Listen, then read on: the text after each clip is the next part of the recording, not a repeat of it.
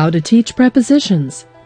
Teaching prepositions is one of the trickier topics to teach when it comes to teaching grammar. It can get confusing, especially for those who are learning English as a second language. Also, unlike content words like nouns, verbs, and adjectives, prepositions are function words and may or may not carry semantic meaning. Part of the challenge may also come from the fact that sometimes, because we are so used to using language subconsciously, we struggle in discussing the mechanics of it. So what should you do when you are faced with the daunting task of having to teach prepositions? Before designing your methodology, for example, one must remember to tailor to suit the kind of students you have. Take into consideration that students have unique learning styles, and teaching is most effective when you go by their learning preferences. Here are some steps one can follow to know how to teach prepositions. 1. Start with a simple definition. The golden rule is, keep it simple. Do not get too technical. At the beginning, just make sure that they have a basic grasp of it. Look for a simple and standard definition, but make sure the prepositions appear in a contextualized sentence, which means the prepositions are highlighted in the sentence that best convey their meanings.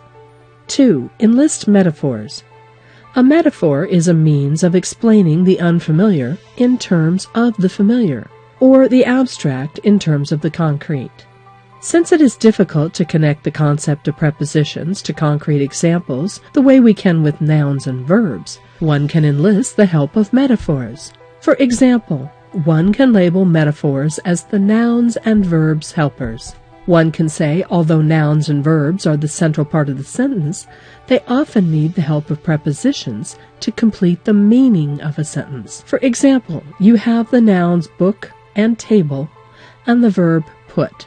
Now, these can form a sentence, but prepositions can help form the specific sentence you want, whether you want the book on, beside, or under the table, for example. 3. Use examples. Use as many examples of how prepositions help verbs and nouns and other parts of speeches. Although it is not possible to give them all the prepositions there are in a language, try to give them a good example base by giving as many varied examples as possible. 4. Compare and contrast.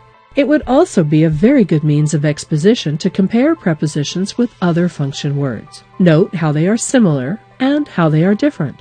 Give examples and counterexamples. Show how function words differ for content words and how they are the same in how they need to work together to form a sentence.